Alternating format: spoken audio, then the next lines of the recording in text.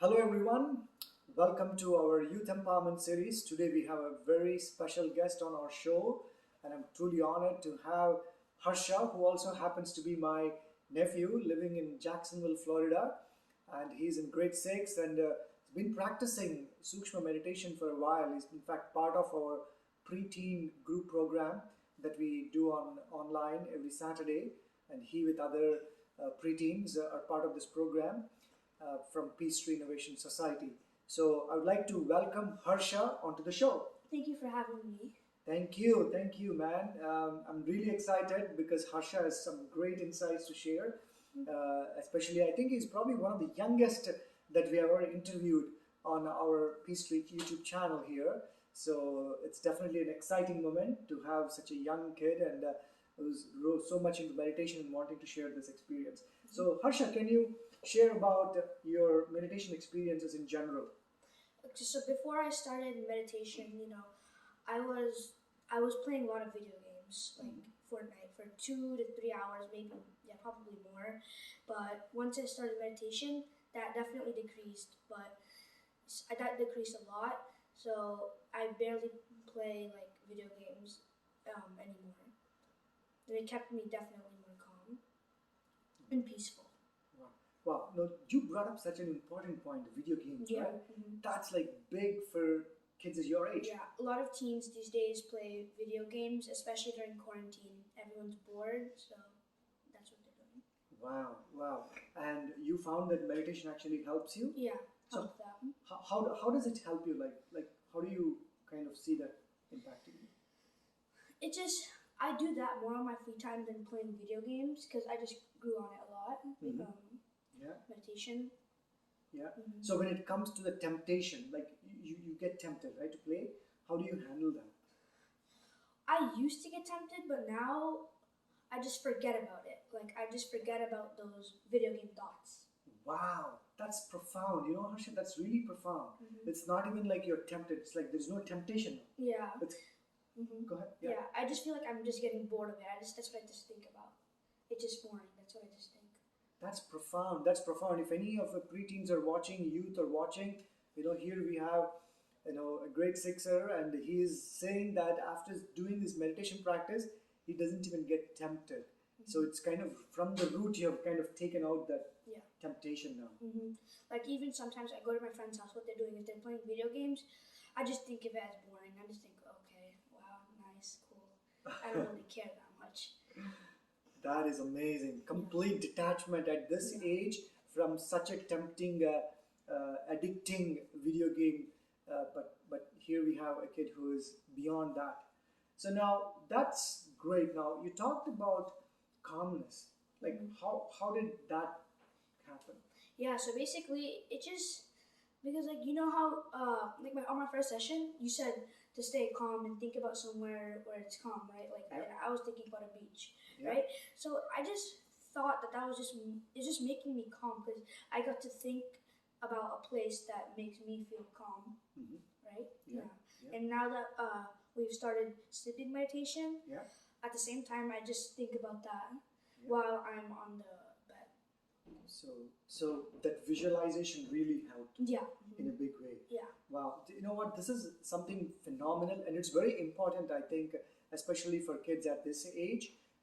Because it really blossoms the creative side, because in the meditation, preteen meditation especially, we help them to first start with visualizing certain simple things, and that's what Harsha is actually talking about here, just for your clarity. And that visualization, he says, actually helps him to kind of let go of the stress and kind of go into that calm and peaceful state. Yeah.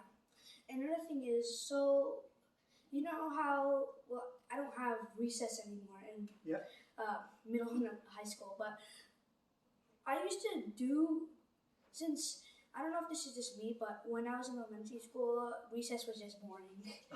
Yeah, it was just boring. So basically, if there was a test that day, I could just be calm because there was benches outside and everything, so I could just sit on the bench and meditate, because then I would, right after I meditated after recess, it would just be my next class that I have to test. Wow, so you were actually using recess for meditation? Well, basically, yeah. My goodness, I mean, this is phenomenal. Look at this kid who is so self-aware, who is able to regulate his stress and emotions, and like even in the middle of the school with all these other kids who don't know what is meditation, you're taking time to actually meditate. I mean, this is my what is it? I was 18 or 19-year-old. That's when I actually started to use some of these techniques. When I was in my university, I used to actually, before going into the examination hall, before starting the examination, I used to sit and do some simple breathing. But look at this, guy in grade 6 who's actually putting this into practice in the school. That takes a lot of courage, Harsha. Yeah. Don't you feel kind of left out or anything like that? No, because that's basically no one really plays because as we get older, we don't really care about recess, right? Yeah. So I just forget about it. I don't really care because all my friends, all they do is talk. So that just gets boring for me. So talking is boring and gossiping, right? It's all gossip stuff, right? Yeah. And you're here utilizing that time for something more productive. See, I can't really meditate, but I do breathing exercises because there's people screaming. Yeah. Like those little kids, right? Yeah, during recess. Yeah, and you just breathe, and then that breathing is actually helping you to stay focused and calm. Yeah. Wow. Meditation also helps me, stay focused in school while I'm taking tests, because we just started this thing, so basically we have to hold a book on our head, and it's all about focus. Like if you get distracted, I'm pretty sure that you will drop the book off your head. Yeah. So that exercise is actually helping you to build focus. So Harsha is talking about an exercise that we do as part of the Sukshma program. It's a very simple, funny exercise, which of course Sunita Amma taught me 14 years back and teaches everyone. And I found it very profound for myself, and even as a 33-year-old when I met Sunita Amma practice this. But here is this little boy here, I don't know if you can say that, but who's reaping phenomenal benefits just from that simple exercise. And one other thing is people aren't being able to focus because now, because of COVID, everyone's online school. So in their room, there's obviously like a bunch of things like a bed. Yeah. People can get distracted, and people downstairs talking, and you're upstairs trying to take a test in online, which is very different from going to school. Yeah. And how do you handle that? So basically, how I handle that is I close my door, obviously, and I use headphones, but that's like other kids, like they might be very distracted, especially during online school. So they could maybe do some meditation to help them. Yeah, it puts you back on track, right? Yeah. It puts you back on the focus. Yeah.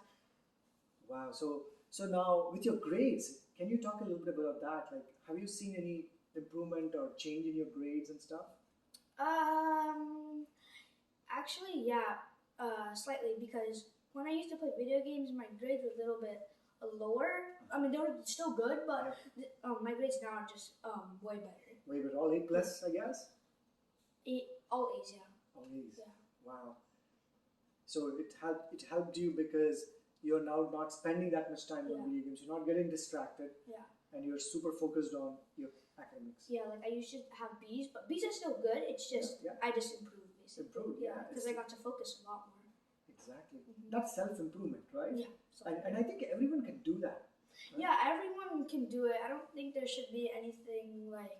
I don't think there should be any excuses because I'm pretty sure you have at least 2 minutes of free time at least every single day. Maybe probably way more, but yeah. Yeah. So there's no excuse. There's no excuse of being busy. I don't think so really, because what busy means that like you're doing something 24/7 every single day.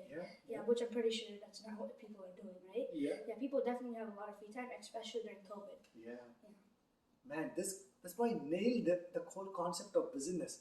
I mean, you talk to other kids like teenagers and say, "Oh, I'm busy. I can't do this practice," and obviously, here he's saying busyness is just a myth, right? He's saying basically 24 hours you can't be busy. Well, you can be busy sometimes, but not 24 hours. There's no way. Right. Right. So which means that you always have the time that you can squeeze in for meditation. Yeah. Like even 2 minutes should honestly be enough. Like maybe you could do some breathing exercises, and maybe later, if you have another 2 minutes, you can just meditate then. Absolutely. Absolutely. Wow, these are some profound insights even I know people who are in leadership positions, CEOs, C-level executives, who have hard time to even conceptualize this whole aspect of busyness. And here we have a student of grade 6 who is literally demystifying the whole concept of, oh, I'm so busy. And I see adults like saying this and they don't know how to manage their time. Can you talk a bit about that, Harsha? Like the whole, how it helps your time management? Yeah, so basically, kids these days, they don't care like what they're doing. They don't even have a plan on what they're gonna do today. Like they're gonna wake up today, play video games, and they don't even have like a plan on what they're gonna do. Like a little plan.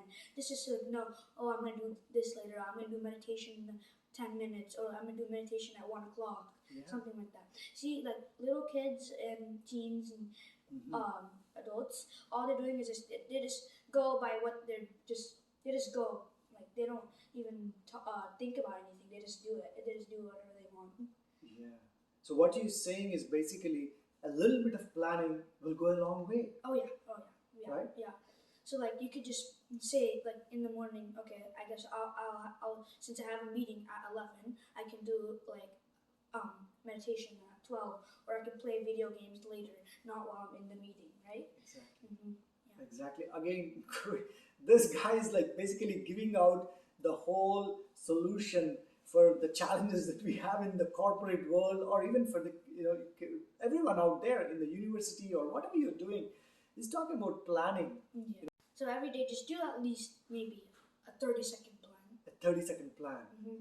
30 seconds, that's all it takes. That's what this boy says. 30 seconds of planning in the day can do wonders for you, so that you can have your day so organized. And we see people here so disorganized, so chaotic, running and scrambling for stuff. And I see with a lot of teenagers, a lot of adults too, right? Yeah, oh yeah. Kids especially, because some adults they're starting to do meditation, right? Yeah. Like my mom. Yeah. They're starting to do meditation, but kids especially, like if they keep on not doing planning, like when they get older, they're just not going to know what to do, right? Yeah. So it's important that we sow the seeds right now, like when you're young. Yeah. Right? So then you will continue it in the rest of your life. Beautiful. See, this is again a great, wise thought here. You got to start early so that you can carry on this, like they say, like you can mold the plant. Just organize your day, and like plan when you're gonna do your homework after school, or maybe when you have free time. And when you have free time, maybe you could do meditation during school. Only when you have free time, right? Absolutely, it's all about time management, and it's such a big thing. And like I said, even C-level executives, they don't get it. And here is a kid who's giving us some amazing tips to lead a beautiful life in such an organized way, in a planned way, with least amount of stress. So now moving on to, why do you think kids your age or youth should do this, Harsha? Yeah, so like I said, everyone's playing video games, so maybe they could reduce their video games and focus on other things, like maybe meditation or homework, because these days people have a lot of homework, and a lot of people they're not doing it. Yeah, especially in my school, especially people don't do their homework a lot. Yeah, and that's a big problem with kids. Like they procrastinate stuff a lot, right? And their parents just basically tell them to do it, and then they'll do it. That's only when their parents tell them. See, if their parents don't tell them, they probably won't even do their homework. They'll just play video games. So there's no self-motivation for them. No. They don't. Some kids don't even care about school. Basically, they think there's no point in school, right? Yeah. So you think meditation can help them build that self-motivation? Yeah, they can just be calm, and then they can either way. Like you can play video games right after you're finished, doing your homework, right? Yeah. Beautiful. So finally, any message you have for the world? I mean, you're a 6-year-old, but you have some great thoughts. You've given some great bits of wisdom here. Yeah. Please. Just stay calm. If there's something bad happening, don't think about it. Just remove the thought from your mind. Just say, I'll come back later. Don't talk to me right now, Yeah. So that's what it is. So anything about meditation that you want to tell everyone? Yeah, try doing a little bit of meditation every single day, right? Yeah. It can help you, like I said, reduce your daily average video game playing, and just make yourself more calm. More calm, less stress, basically. Awesome. Thank you very much, Harsha. Anything else you have to say? That's it. Excellent. Thank you. You know what? I think this is probably the most inspiring interview I've done in my life until so far. Seriously, this is super inspiring. I have learned so much, and I think every single person in the world can learn from this amazing kid who is in grade 6, and he has super inspired me. I'm sure you'll be inspired. Just take this 10 minutes to listen to this. I'm going to be listening to this interview probably like a zillion times all my life because it's super inspiring, and I can only wish greatest things to happen for Harsha. I know he's a very passionate, very calm kid, but at the same time super smart. I've seen him, I've spent a lot of time in the last few days with him. Very brilliant, and I wish him the best of luck, and I'm hoping that he will continue to inspire many more kids in his life. Thank you. Thank you, Harsha.